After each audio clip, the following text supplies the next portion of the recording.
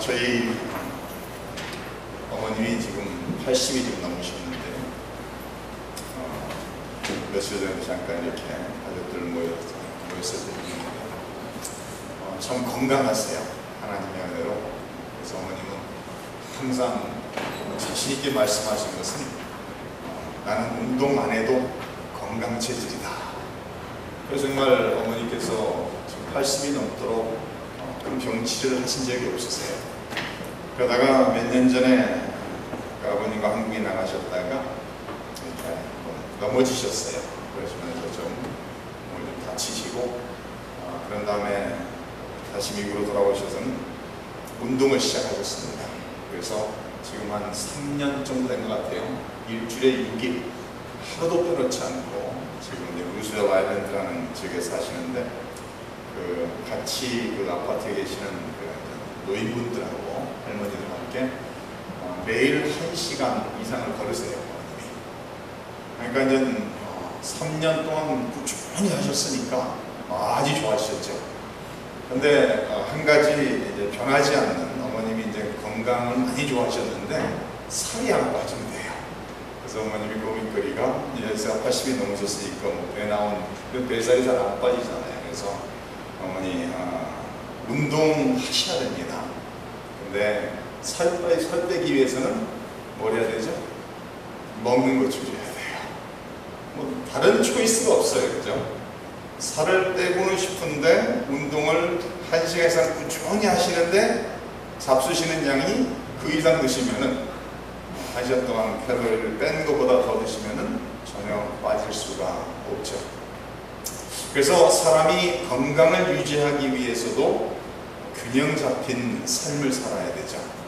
첫 번째 가장 기본적으로는 먹는 것이 조절이 돼야 돼요.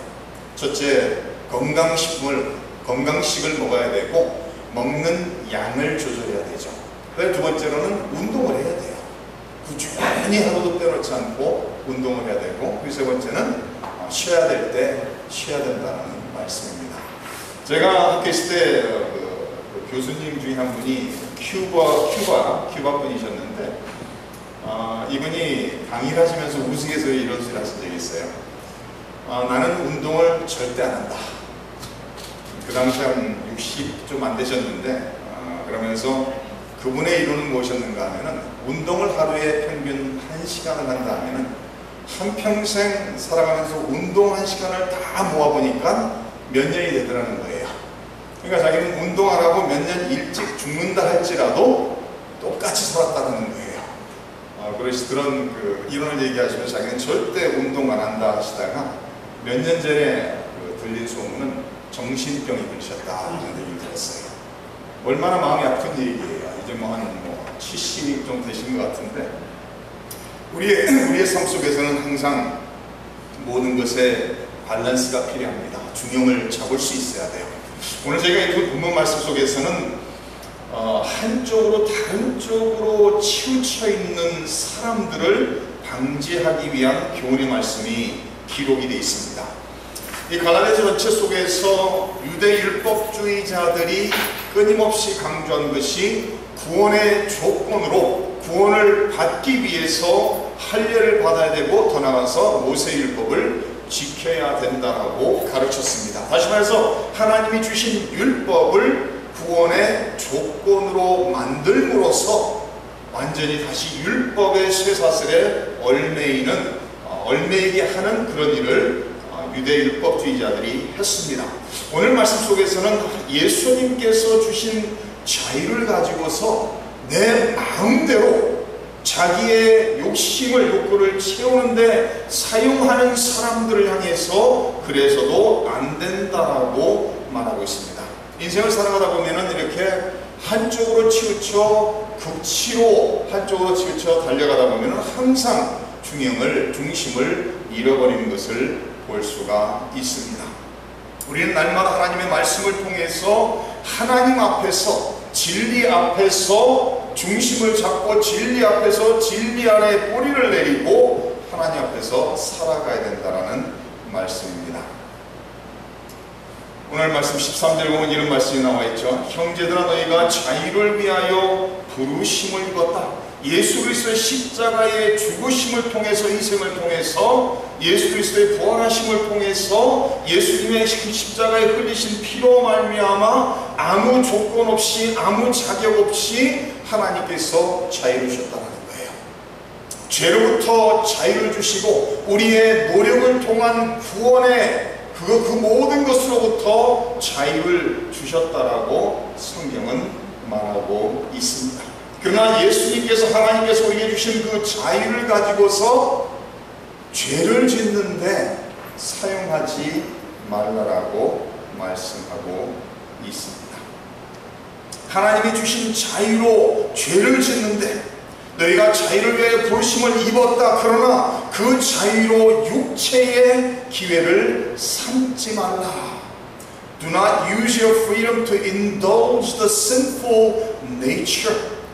내 마음의 죄악된 근성의 욕구를 채우는데 그 자유를 사용하지 말라라고 성경은 가르치고 있습니다.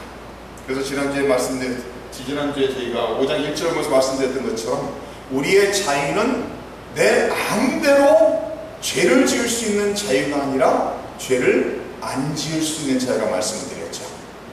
우리에게 주어진 자유는 하나님 안에서, 말씀 안에서의 자유지, 내 욕구를 채우기 위해서 마음대로 살아가기 위한 자유가 아니라는 것을 우리는 늘 기억을 해야 된다는 말씀입니다. 베드로전서 2장 16절에 이런 말씀을 기록하고 있습니다. 너희는 자유가 있으나 그 자유로 악을 가리는 데 쓰지 말고 오직 하나님과 하나님의 종과 같이 하라. 악한 일을 하는데, 악한 일을 덮는데 그 자유를 사용하지 말라라고 성경은 분명히 말씀하고 있습니다. 우리의 자유는 죄로부터의 자유이기 때문에 만약에 이 자유를 가지고 죄를 짓는데, 악한 일을 하는데 사용한다면 그 사람은 다시 하나님의 사랑과 은혜로 말미암아 죄로부터 자유함을 받았음에도 불구하고 다시 죄의 노예로 그 죄의 쇠사슬에 얽매인 어리석은 사람이라고 성경은 말하고 있습니다. 베드로후서에 이런 흥미로운 말씀이 기록되어 있어요. 베드로후서 2장 19절에 그들에게 자유를 준다 하여도 자신들은 멸망의 종들이니 누구든지 진자는 이긴 자의 종이 됨이라. 만일 그들이 우리 주 대신 구주 예수 그리스도를 알므로 세상의 더러움을 피한 후에 다시 그 중에 얽매이고 지면 그 나중 형편이 처음보다 더 심하리니 의의 도를 안 후에 받은 거룩한 명령을 저버리는 것보다 알지 못하는 것이 도리어 그들에게 나으니라. 참된 속담에 이르기를 개가 그 토하였던 것에 돌아가고 돼지가 씻었다가 더러운 구덩이에 도로 누웠다 하는 말이 그들에게 응하였다라고 기록하고 있어요. 하나님의 은혜로 말미암아, 그리스도의 십자가의 사건으로 말미암아 죄의 사슬에서 노임을 받고 자유를 받고 행위 구원, 내가 무엇을 함으로써 구원받고자 하는 그런 잘못된 생각에서 자유함을 받고 난 후에 다시 율법을 통한 할례를 통한 구원을 받겠다고 노력하는 사람, 죄에서 자유를 얻은 사람이 다시 죄를 지으면서 죄악 속에 얽매여 살아가는 사람들은 개가 토하였던 것을 다시 먹는 것과 아니면 돼지가 씻고 난 후에 다시 구덩이에 도로 눕는 것과 똑같은 어리석음이라고 성경은 말하고 있습니다. 그래서 우리가 자유로서 하지 말아야 되는 게 뭐죠? 죄를 짓는데, 악을 행하는데 그 자유를 사용해서는 안 된다라고 말하고 있습니다. 그리고 두 번째, 자유로서 하지 말아야 되는 게 15절에 이런 말씀을 기록하고 있어요. 만일 서로 물고 먹으면, 아마 그전 개역 성경에서는 물고 뜯으면 이렇게 표현했던 것 같아요. 만일 서로 물고 먹으면 피차 멸망할까 조심하라. 우리 예수님 믿는 사람들은 하나님의 사랑으로, 하나님의 은혜로 하나님의 자녀 백성이 됐을 때 하나님의 교회의 이론으로 세워집니다. 우리가 세상에서 죄악 속에 살다가 하나님의 은혜로 부르심을 받고 모든 죄의 용서함을 받고 의롭게 해서 하나님의 자녀가 되는 순간 우리는 하나님의 교회의 하나님의 자녀, 하나님의 백성으로 살아가게 됩니다. 성경에서 하나님의 교회를 여러 가지 비유로 말하면서 이런 표현을 하고 있죠. 우리는 그리스도의 몸의 지체들이다 라고 말하고 있어요. 그리스도는 머리시고 우리는 그리스도의 몸의 각 지체라고 말하고 있어요. 한번 이런 생각을 해보세요. 만약에 오른손이 왼손을 향해서 함부로 한다면, 오른발이 왼발을 향해서 내 몸의 지체가 나의 몸의 다른 지체를 해한다고 생각해보세요. 말이 안 되는 것이죠. 그래서 뭐 너무나도 말이 되지도 않고 어리석은 행위일 거예요. 근데 안타까운 현실은 무엇이죠? 교회 안에서, 하나님의 교회 안에서 하나님의 백성들이 함께 모여서 그리스도의 몸을 만들어가고 그리스도의 지체로서 각자 주어진 은사로서 사명을 감당함으로써 하나님의 교회가 그리스도의 몸이 든든히 세워져 가야 되는데, 즉 갈라디아 교회에서도 이미 충돌이 있고 이미 분열이 돼 있는 모습을 기록하고 있어요. 아마 분열의 핵심에는 이것일 수 있겠죠. 유대 율법주의자들이 들어와서 할례를 받아야 된다, 할례를 받고 율법을 지켜야지 구원받는다. 다른 사람들은 그것은 아니다. 그러면서 아마 두 갈래로 갈라져서 서로 의견이 나뉘어졌을 것입니다. 그러면서 의견이 나뉘어진 거에서 서로 기도하면서 바로 세워가기보다는 아마 서로를 원수처럼 생각하는 단계에 도달했을 수도 있습니다. 고린도 교회의 분열을 고린도전서에 이렇게 기록하고 있습니다.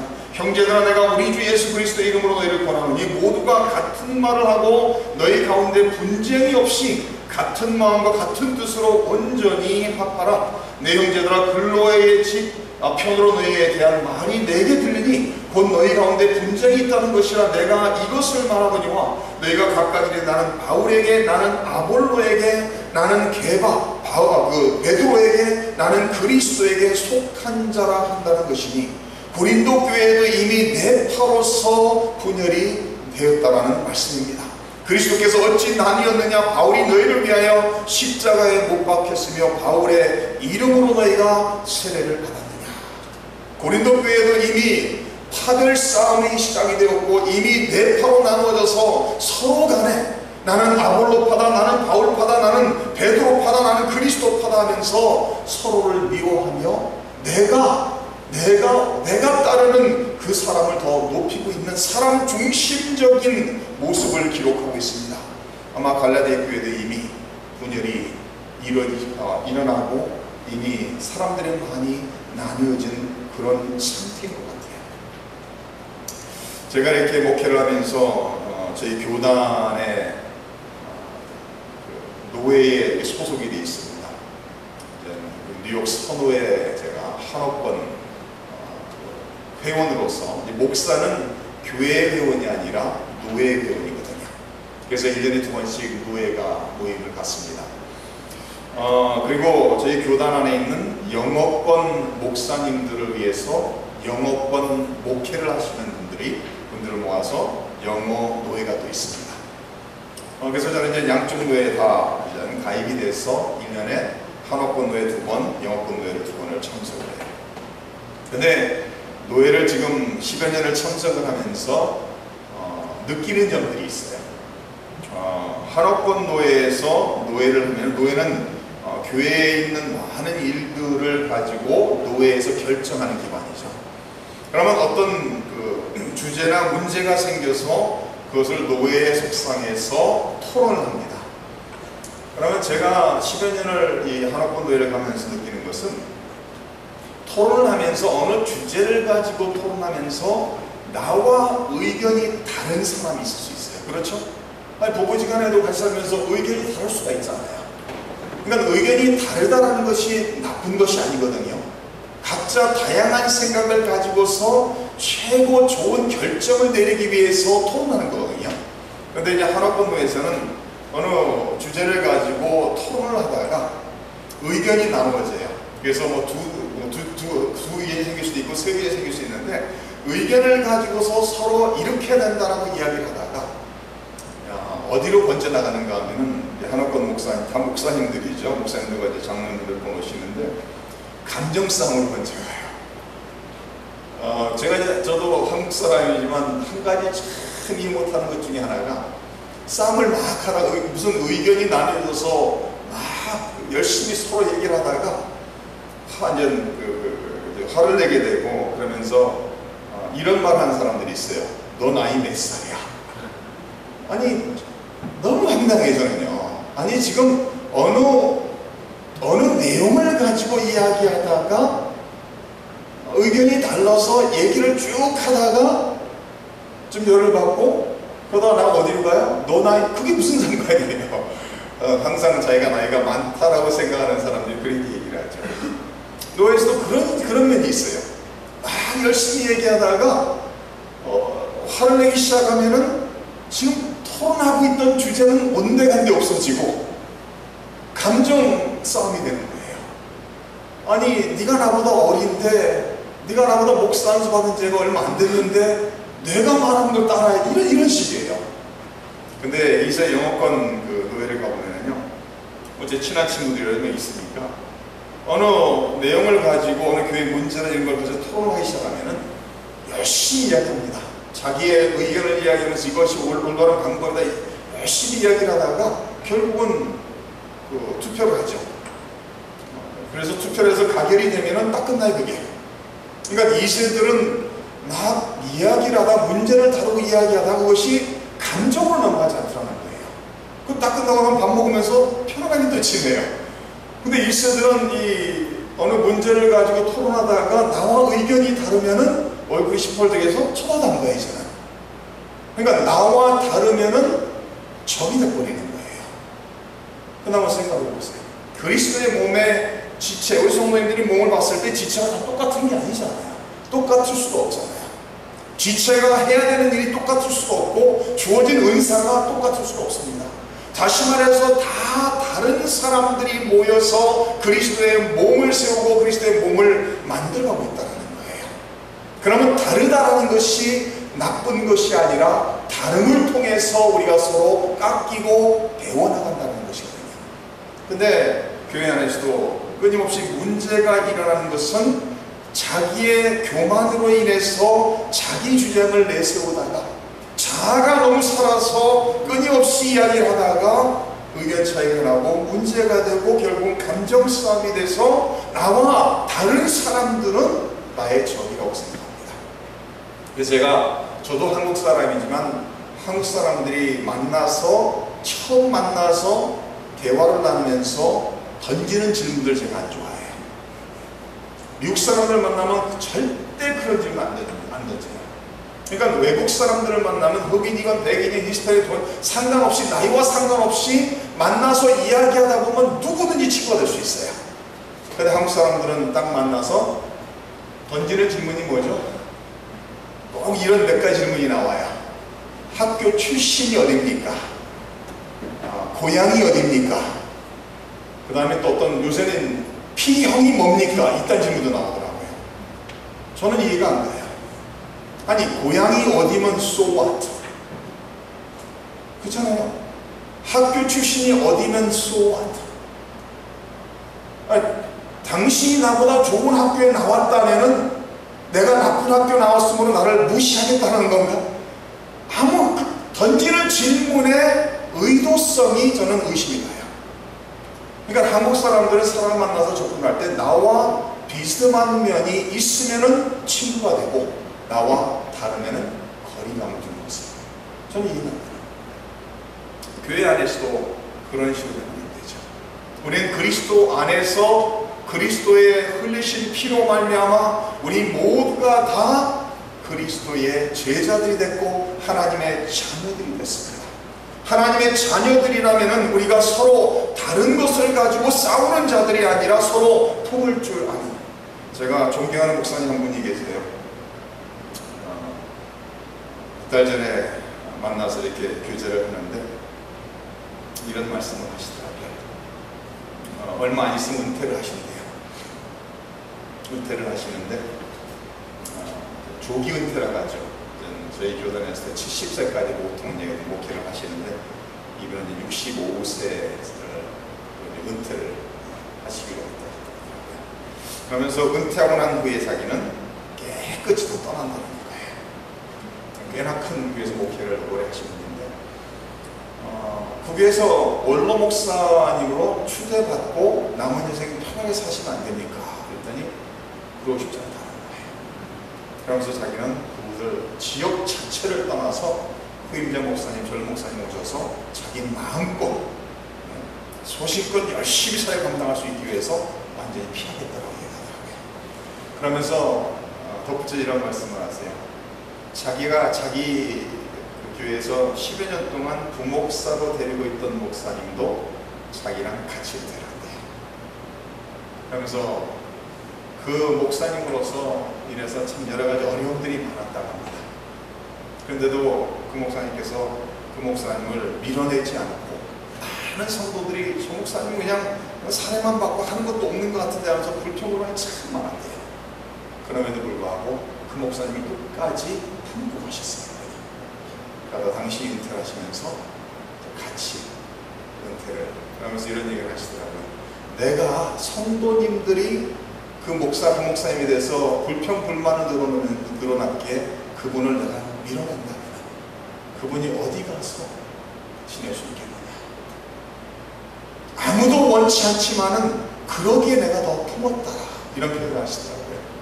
제가 그 말 한마디에 참 제가 존경하는 분이었는데 그런 모습을 통해 더 존경하게 됐습니다. 우리는 나와 다르고 나와 부족한 사람이 있다면 그것을 지적하고 그 사람의 연약함과 부족함을 지적함으로써 내가 더 우월해지고 높아지는 것이 아니라 우리는 상대방의 연약함과 부족함을 품으면서 살아갈 줄 알아야 돼요. 그게 그리스도의 능력이에요. 그런데 갈라디아 교회에서는 이미 여러 가지 이유로서 서로 물고 뜯는 그런 일이 진행된 상황, 그런 보고를 들으면서 사도 바울이 계속 그렇게 한다면 한쪽만 죽는 것이 아니라 다 죽는다는 거예요. 그러면서 자유로 이것을 하라고 말하고 있습니다. 13절로 다시 가서 뒷부분을 봅니다. 그러나 그 자유로 육체의 기회를 삼지 말고 오직 사랑으로 서로 종노릇하라. 온 율법은 내 이웃 사랑하기를 내 자신같이 하라 하신 한 말씀에서 이루어졌다라고 말하고 있습니다. 잘 기억하셔야 되는 것은요, 우리가 율법을 지킴으로써 구원받는 거 아닙니다. 율법이 우리의 구원의 조건이나 우리의 자격을 주는 것이 절대 아니에요. 그러나 구원받은 사람이기 때문에 하나님을 사랑하는 마음으로 하나님의 율법을 따라 살기 위해서 무단히 노력해야 되는 것은 우리의 책임입니다. 그러면서 구약성경에 나타나 있는 640여 가지의 율법을 한 단어로 요약을 하면서 사랑이라는 거예요. 사랑을 실천하며 산다면 모든 율법을 다 이루고 순종하고 살아가는 삶이라고 성경은 말하고 있습니다. 우리가 사랑하고 살아야 되는 것은 하나님이 먼저 우리를 사랑하셨기 때문에, 하나님의 사랑을 체험했기 때문에 사랑하며 살아야 된다라고 성경은 말씀하고 있습니다. 우리에게 주어진 자유는 우리 마음대로 내 자신을 위해서 내 욕구를 채우기 위해서 죄를 지으며 살 수 있는 자유가 아니라 우리에게 주어진 자유는 모두를 사랑하며 사는 그 자유라는 거예요. 우리에게 주어진 자유는 사랑할 수 없는 사람까지도 하나님의 사랑과 은혜로 말미암아 하나님이 주시는 능력으로 은혜의 힘을 힘입어 사랑하며 살아가는 것이거든요. 우리에게 주어진 자유의 목적은 사랑 실천을 위해서 우리에게 주어졌다고 성경은 말하고 있습니다. 우리에게 주어진 자유로서 죄를 지으며 사는 것이 아니라 거룩하게 살아야 되고, 불순종하며 내 마음대로 살아가는 것이 아니라 순종하며 살아가야 되며, 사람을 미워하고 살아가는 것이 아니라 사랑하며 살아가야 되고, 섬김을 받고자 하며 살아가는 것이 아니라 섬기며 살아가야 되고, 내 자신의 영광을 추구하며 살아가는 것이 아니라 하나님의 영광을 위해서 살아갈 수 있는 차이가 난 거예요. 하나님이 우리를 얼마나 사랑하셨습니까? 독생자 아들을 아낌없이 세상에 보내시고 십자가에 내어주시기까지 사랑하셨습니다. 예수님 우리를 얼마나 사랑하셨습니까? 십자가를 바라보면서 겟세마네 동산에서 아버지여 할 수만 있다면 이 잔을 내게서 옮겨주시옵소서. 그러나 내 원대로 마시옵고 아버지의 뜻대로 되기를 원하나이다 하면서 3번을 동일한 기도를 반복해서 기도하신 후에 잡혀 십자가에 못 박히셨습니다. 예수님께서 우리를 사랑하시기에 십자가에 죽기까지의 복종의 삶을 사셨다라고 성경은 말합니다. 그가 우리를 위하여 목숨을 버리셨으니 우리가 이로써 사랑을 알고 우리도 형제들을 위하여 목숨을 버리는 것이 마땅하다라고 성경은 기록합니다. 우리를 너무나도 사랑하신 삼위일체 하나님께서 사랑하며 살라고 명령하고 있습니다. 하나님을 사랑하되 마음과 뜻과 힘과 정성을 다해 사랑하며 내 이웃을 내 몸과 같이 사랑하라고 마태복음 22장에 가장 큰 계명으로서 명령을 주시고 있습니다. 예수 믿는 사람들은요, 나의 생각과 나의 눈을 자신에게서 돌려 하나님을 바라보며 다른 사람을 보며 살아가는 사람들이에요. 자기중심적으로 자기 유익을 위해서 살아가는 사람들이 아니라 하나님의 영광을 위해서 다른 사람들을 세우기 위해서 살아가는 사람들이라는 말씀입니다. 세상 사람들은 자기를 사랑하고 돈을 사랑하고 쾌락을 사랑한다고 말합니다. 그러나 예수님 믿는 사람들은 자기 사랑이 아니라 물질 사랑이 아니라 쾌락 사랑이 아니라 하나님을 사랑하기에 이웃을 내 몸과 같이 사랑해야 된다. 요한일서 4장에 이런 말씀을 기록합니다. 우리가 사랑하면 그가 먼저 우리를 사랑하셨습니다. 누구든지 하나님을 사랑하노라 하고 그 형제를 미워하는 이는 거짓말하는 자니 보는 바 그 형제를 사랑하지 아니하는 자는 보지 못하는 바 하나님을 사랑할 수 없느니라. 우리가 이 계명을 주께 받았나니 하나님을 사랑하는 자는 또한 그 형제를 사랑할 지니라. 하나님의 사랑이 어떻게 증명되어지고 어떻게 나타난다고요? 형제를, 이웃을 사랑하는 것을 통해서 하나님을 얼마나 사랑하는가가 나타나고 증명되어진다고 성경은 가르치고 있습니다. 그래서 로마서 13장에서는 피차 사랑의 빛 외에는 아무에게든지 아무 빚도 지지 말라. 사랑을 실천하며 살아야 되는 것은 빚진 자의 마음의 자세를 가지고 해야 된다고 성경은 말합니다. 남을 사랑하는 자는 율법을 다 이루었느니라. 간음하지 말라, 살인하지 말라, 도둑질하지 말라, 탐내지 말라 하는 것과 그 외에 다른 계명이 있을지라도 내 이웃을 내 자신과 같이 사랑하라 하신 그 말씀 가운데 다 들었느니라. 사랑은 이웃에게 악을 행하지 아니하나니 그러므로 사랑은 율법의 완성이라고 기록하고 있습니다. 마지막으로 사랑하는 자가 어떻게 무엇을 해야 되느냐. 오늘 말씀 속에 이렇게 얘기하고 있죠. 오직 사랑으로 어떻게 하라고요? 서로 종노릇하라는 거예요. 오직 사랑으로 serve one another in love.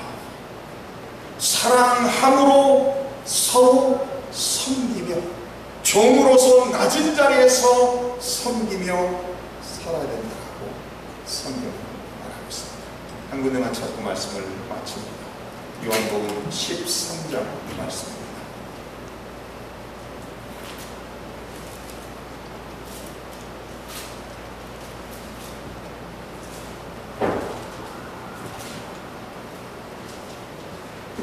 요한복음 13장 1절에 이렇게 말씀을 기록하고 있습니다. 6월절 전에 예수께서 자기가 세상을 떠나 아버지께로 돌아가실 때가 이른 줄 아시고 세상에 있는 자기 사람들을 사랑하시되 끝까지 사랑하시니라. He now showed them the full extent of His love. 예수님께서 이제 곧 잡혀 십자가에 죽으시고 3일 후에 부활하신 후에 40일 후에 승천하셔야 되는 것을 아시고 지금 목요일 저녁에 제자들을 모아놓고서 잡히시기 몇 시간 전에 제자들을 향한 사랑의 극치를 보여주시는데 그 내용이 뭐죠? 제자들의 발을 씻기는 섬김의 모습이에요. 다시 말해서 천하 만물을 창조하신 창조주께서 수건을 두르시고 낮은 곳에 내려가 제자들의 가장 더러운 발을 씻으시는 그 섬김의 모습이 사랑의 극치의 표현이라는 거예요. 그러면서 예수님께서 15절에 모든 제자의 발을 씻으신다면 이렇게 말씀하십니다. 내가 너에게 행한 것 같이 너희도 행하게 하려 하여 본을 보였노라라고 말하고 있습니다. 사랑한다는 것은 자기 자신을 버리고, 사랑한다는 것은 자기 자신을 낮추고 다른 사람을 위해서 말하며 행동하며 사랑하는 것이 사랑이라는 거예요. 그래서 제가 저희 아이들한테 사랑의 정의를 내리면서 세 단어를 줬습니다. 그래서 제가 트리플 S라고 가르쳤습니다. 트리플 S, S로 시작하는 세 단어예요. 첫 번째는 sharing이라는 거예요. 사랑은 나누는 것이다. 나에게 가장 귀한 것을, 나의 삶을 나누는 것이다. 두 번째는 serving이라는 거예요. 섬김이라는 거예요. 사랑은 낮은 곳에 가서 사랑하는 그 대상을 위해서 내 자신을 낮추고 그를 섬김으로써 그를 세우는 것이다. 그 다음에 세 번째 S는 sacrificing, 희생이라는 거예요. 사랑은 사랑을 실천하기 위해서는 내 자신을 내던지기 전에는 이루어지지 않습니다. 그래서 사랑한다는 것은 자기 부인으로 시작하며 낮은 곳으로 겸손히 내려가는 것에서 시작되고 표현되어진다는 것을 우리는 늘 기억해야 됩니다. 우리 예수님께서 우리의 본이 되시기 위하여 사랑의 극치의 표현을 제자들의 더러운 발을 낮은 곳에서 씻으심을 통해서 사랑의 극치의 본을 보여주셨습니다. 그는 근본 하나님의 본체시나 하나님과 동등됨을 취할 것으로 여기지 아니하시고 오히려 자기를 비워 종의 형체를 가지사 사람들과 같이 되셨고 사람의 모양으로 나타나사 자기를 낮추시고 죽기까지 복종하셨으니 그 십자가에 죽으십니다. 성도님들과 저를 위해서 십자가에서 가장 저주스러운, 가장 부끄러운, 가장 고통스러운 죽음을 죽으신 예수님께서 우리를 초대하시면서 이렇게 말씀하십니다. 누구든지 나를 따르려거든 자신을 부인하고 십자가를 지고 날마다 나를 따르라고 조치하십니다. 사랑하는 성도님, 하나님의 사랑으로 말미암아 독생자들의 희생으로 말미암아 자유를 받게 됐습니다. 죄를 짓는 자유가 아니라 죄를 안 지며 살 수 있는 자유, 사랑을 미워하며 살아가는 자유가 아니라 사랑을 실천하며 살아갈 수 있는 자유, 그 자유를 가지고 하나님을 사랑하되 온 마음을 다해 사랑하시고 하나님을 사랑하기에 주위에 사랑스럽지 않은 사람까지 하나님의 사랑으로 사랑하며 섬기며 사시는 성도들 되시기를 주님의 이름으로 축원합니다.